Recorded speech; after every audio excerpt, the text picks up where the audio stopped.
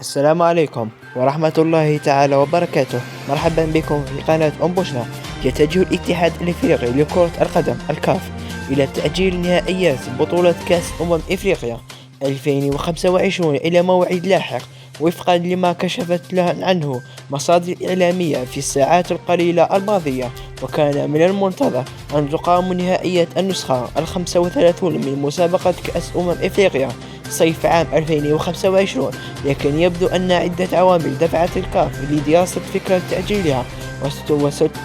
البطولة القارية ظروفها قوية للمغرب، البلد الواقع في شمال إفريقيا، قبل استضافة نهائيات بطولة كأس العالم 2030 التي ستقام بالاشتراك مع البرتغال وإسبانيا. وكشف موقع البطولة المغربي ناقلا عن الصحفي ميكي جونيوز أن المكتب التنفيذي للاتحاد الإفريقي سيعقد جلسة عمل خلال الأيام القليلة الماضية من أجل تحديد الموقع.